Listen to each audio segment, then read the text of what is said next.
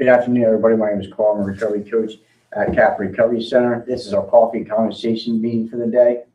An article I have here is Stages of Addiction Recovery, a Guide to Healing. It says Stages of Addiction Recovery is a guide to healing. Recovery from addiction doesn't happen overnight, and it doesn't follow the same timeline for everyone. But there is a path forward. Understanding the stage of addiction recovery can help individuals and their loved ones navigate the process with greater confidence, patience, and purpose. This guide walks through each stage of recovery, reframing the journey as one of growth, adoption, and support, not perfection. Whether you're just beginning or looking to better support someone else, each step forward matters. And it goes on saying, understanding the recovery process, the importance of recognizing recovery as a process. Addiction recovery is not a one-time decision.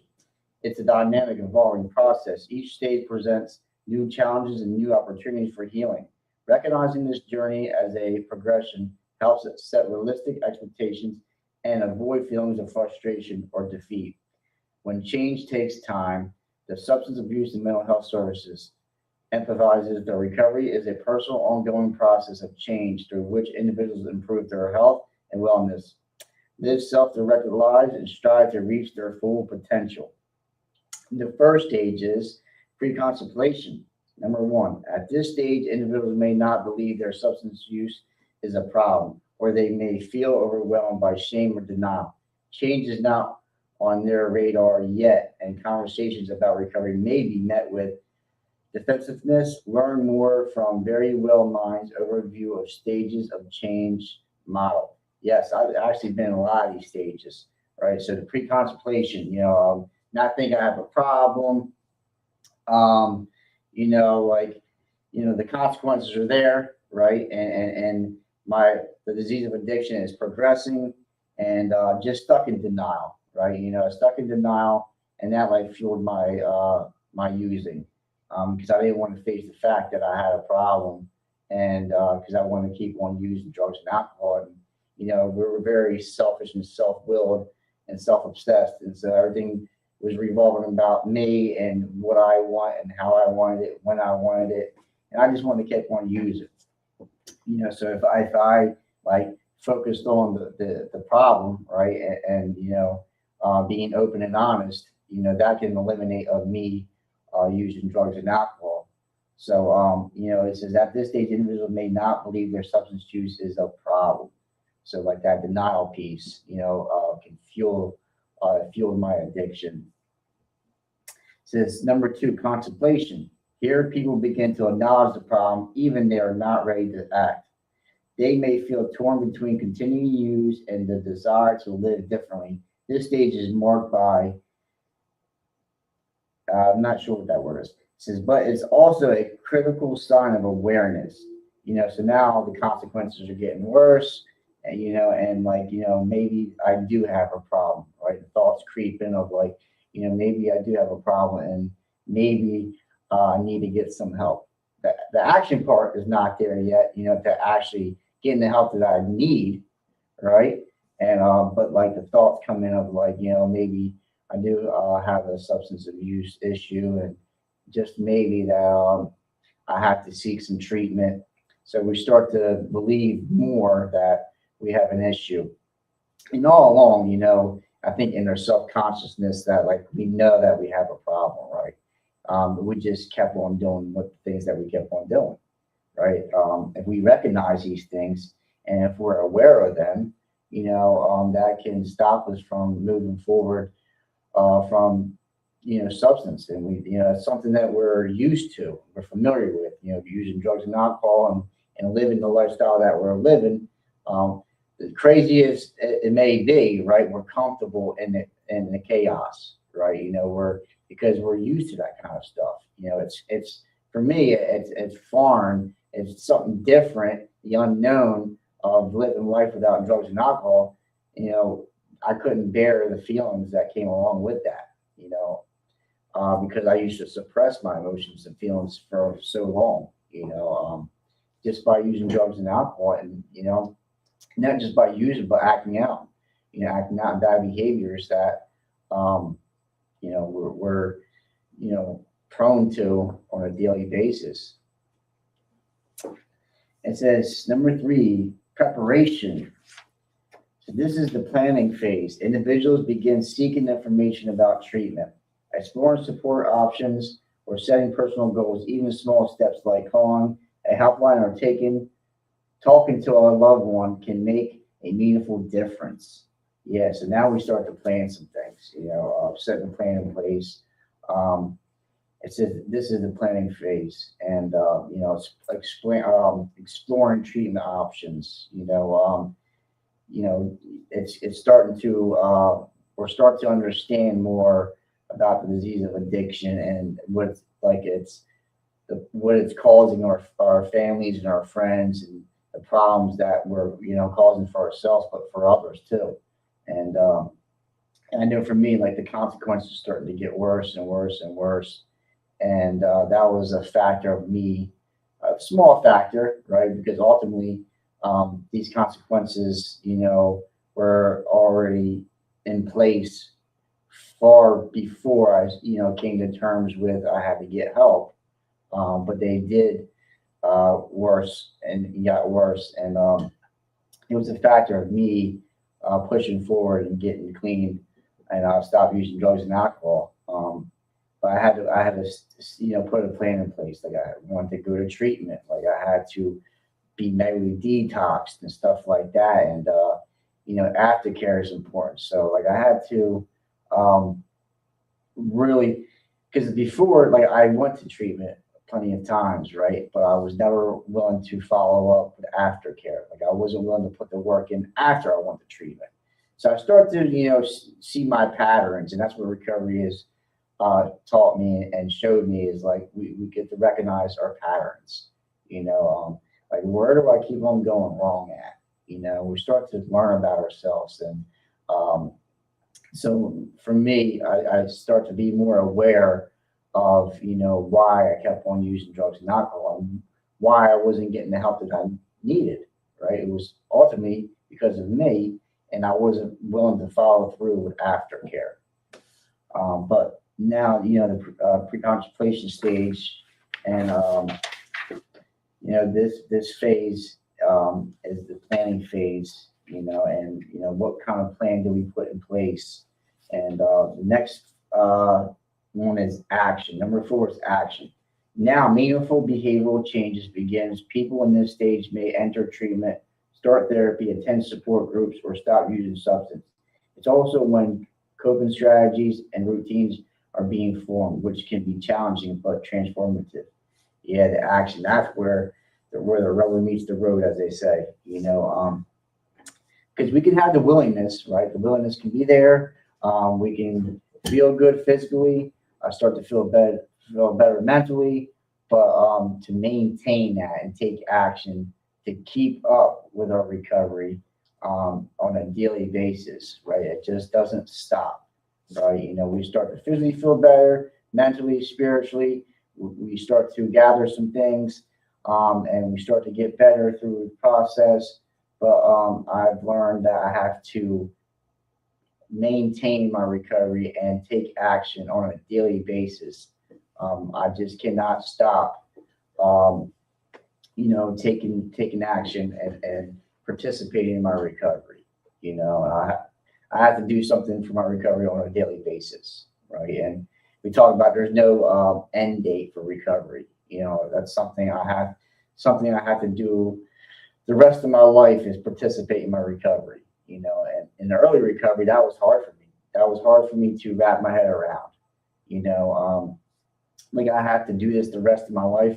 I cannot use drugs or alcohol for the rest of my life, right? To come to terms with that, it was tough. It was overwhelming. But people told me, just focus on the here and now. Let's get through today, and when tomorrow comes, we'll worry about it. We'll figure it out. But I start to be more content with myself. I start to be more okay with me and the world around me. I start to amend these relationships. My life starts to get better. So, like, it gave me motivation to keep on keeping on. Keep moving forward. Because I know for me, my life, consists of using drugs and alcohol and causing pain and suffering to myself and to others.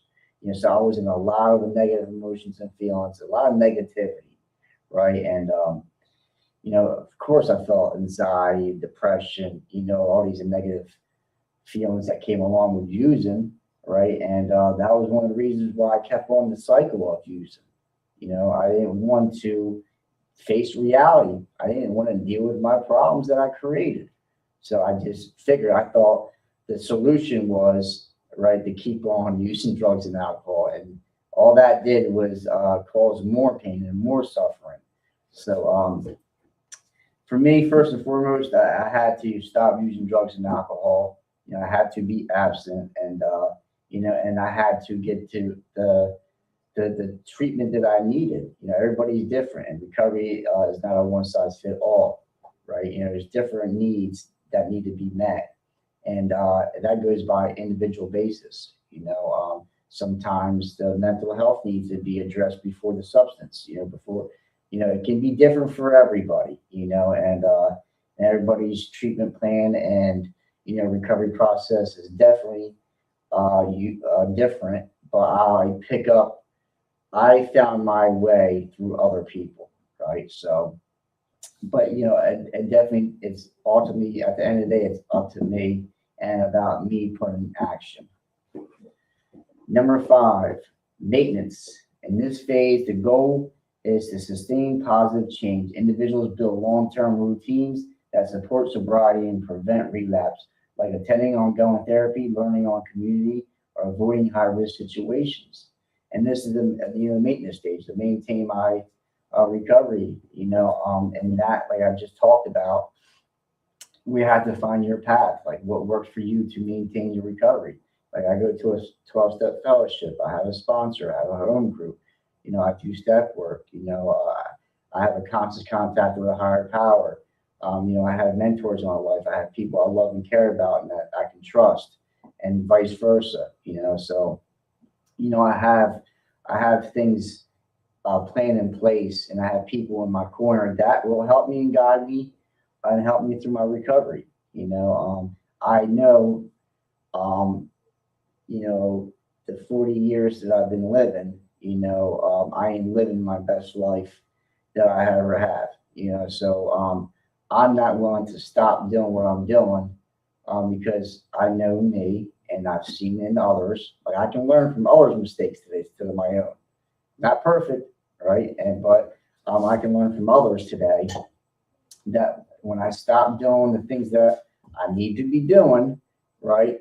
A relapse can be part of my story if I don't continue to do what I do here, right? Not just using drugs and alcohol, but I can cause problems. I can cause harm to others if I don't continue to work on myself, right? And that's the most valuable thing that we can get is to know yourself and to get better, and then pass it along to other people that are coming through those doors. It says navigating challenges and recovery, dealing with relapse. Relapse doesn't mean failure. It means the recovery plan needs adjustment.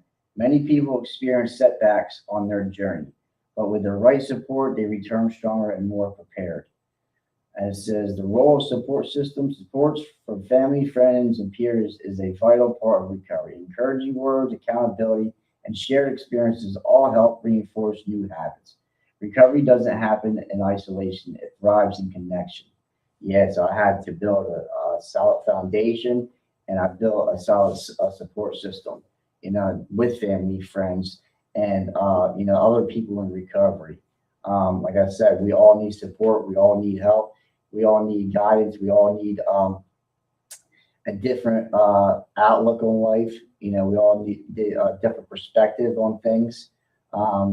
Because when I'm in isolation, or if I think I know what's best, right, or if I'm acting out on self will, my experience with that, and still to this day, I can cause harm, right? So like when I can be selfless and get out of myself and focus on other people, I feel spiritually, better, and like it gives me purpose to like get out of myself and help others that help me, so it definitely, and I think in early recovery, it is about us, right? It's about us. It's about us getting better. And, for me, I had to get better with self, but ultimately, my purpose is today is helping other people out through their recovery journey. So that's a great gift to get. It says building a sustainable recovery plan. Recovery isn't about perfection; it's about progress. Short-term and long-term goals help keep people motivated and grounded, whether it's attending a support group weekly or finding sober-friendly hobbies. Milestones deserves to be acknowledged and celebrated. Physical and emotional health are tightly connected in recovery. Exercise, good nutrition, sleep, and mindfulness can all support healing, creating a meaningful daily routine. Also reduces the risk of boredom or emotional distress that triggers relapse.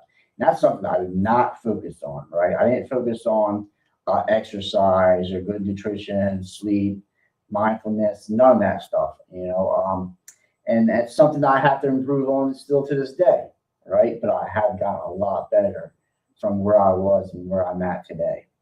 So that all means stuff in recovery, not just using drugs and alcohol, but focusing on our well-being, focusing on our physical health, and taking action and focusing on our mental health also.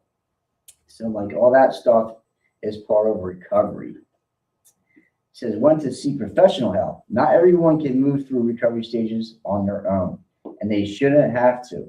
If substance use is impacting your life or your loved one's safety, health, or relationships, professional support is critical. Yes, always seek professional help. It says, this is where the treatment place is. So yeah, always, we have to seek professional help. That's something, because I always tried to navigate my own life, right? I always did what I wanted to do. It's like when I was, under the influence, and then I was trying to want to say, I give you an instance, detox myself, or I would try to substitute one for another, or let me try this and let me try that. I became my own doctor, my own therapist, right? My own prescriber, so I tried everything, right? So I had to come to terms with, let me get some professional help. Let the professional people help me. So that's why I went to treatment. That's why I went to detox. That's why I went to inpatient, then I went aftercare, therapy, counseling, and I got to the recovery process and let the help me and get out of my own way. Just let go and let people help me because my way was not working.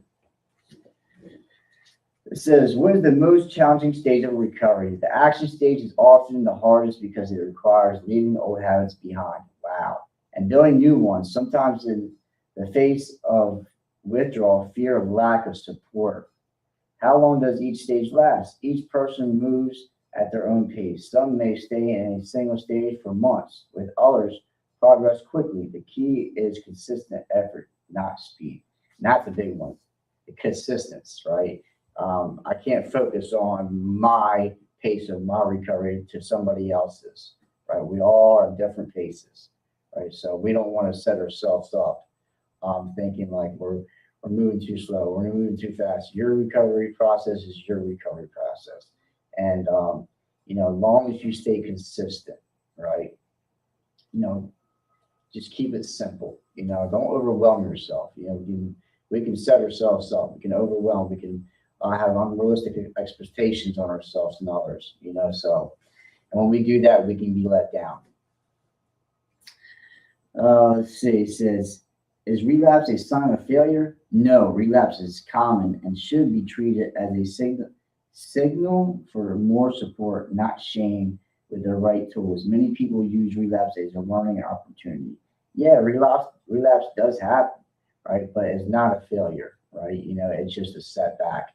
And it's a learning opportunity and to navigate and do things different, see where you went wrong at, or it sheds light on more things. You take it as an opportunity to just get better.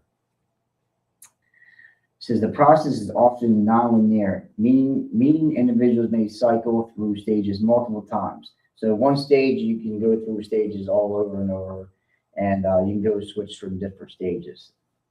It says skipping ahead without addressing key areas can sometimes make recovery less stable, but progress is still possible.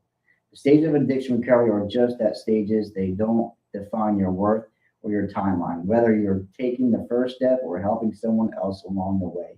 Healing is always possible. And to always focus on that. We can always get better. Recovery and healing is possible because at one time I thought I was a lost cause. I didn't think I was worth it. I didn't think I was, you know, I didn't think my quality of life was worth living for. So I had to break that illusion. Like, recovery is possible. I can get better. I had to change my perspective. I had to change my mindset. So, but only way I got the help is through other recovering addicts and the treatment team that the counseling and therapy, and professional help that I did receive, and I continue to do that on a daily basis. So recovery is possible, but action is required. So that was our coffee and conversation meeting for the day. My name is Cole, I'm a recovery coach out here at Capital Recovery Center. Until next time, we'll see you later.